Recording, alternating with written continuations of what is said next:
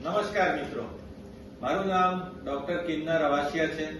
હું consultant orthopaedic joint replacement અને trauma સર્જન તરીકે નારાયણ હોસ્પિટલ અમદાવાદ ખાતે કાર્યરત છું। હું કુલ ઓર્થોપેડિક ક્ષેત્રે 17 વર્ષોથી કાર્યરત છું અને છેલ્લા 10.5 વર્ષથી નારાયણ હોસ્પિટલ સાથે સંકળાયેલો છું।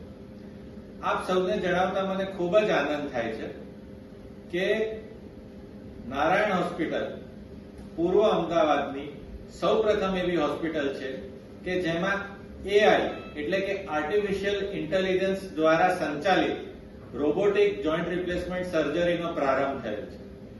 આ રોબોટિક જોઈન્ટ રિપ્લેસમેન્ટ સર્જરીનો પ્રારંભ લગભગ આજથી 1.25 વર્ષ પહેલા મેં અહીંયા કરી દીધેલો છે અને મારા માટે આ ખૂબ એક આનંદ અને ગર્વની અનુભૂતિ છે।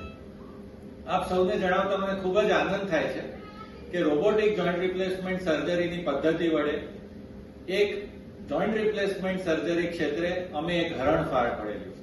આપ સૌને ખબર જ છે કે વિજ્ઞાનના દરેકે દરેક ક્ષેત્રમાં દિવસે અને દિવસે ઉત્તર પ્રગતિ થતી જાય છે, તેવી જ રીતે જોઈન્ટ રિપ્લેસમેન્ટ ક્ષેત્રમાં પણ દરેકે દરેક દિવસે પ્રગતિ થતી જાય છે અને જેના ભાગરૂપે વિજ્ઞાન અને ટેકનોલોજી સાથે સાથ અને કદમથી કદમ નિભાવીને અમે પણ જોઈન્ટ રિપ્લેસમેન્ટ સર્જરીનો પ્રારંભ કરેલો છે।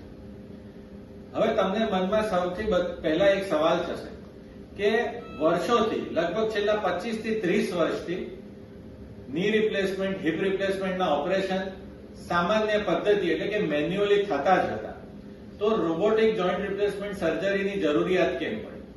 તો રોબોટિક જોઈન્ટ રિપ્લેસમેન્ટ સર્જરીને સમજતા પહેલા હું તમને કહીશ કે તમને જે આ પાછળ નજર પડી રહ્યો છે તે એક રોબોટ છે કે જેમાં મુખ્ય 2 ભાગ છે। પાછળ જે દેખાય છે તે એક કેમેરો છે અને આ એક ટચ સ્ક્રીન છે કે જે આપણે સંચાલિત કરી શકીએ છીએ।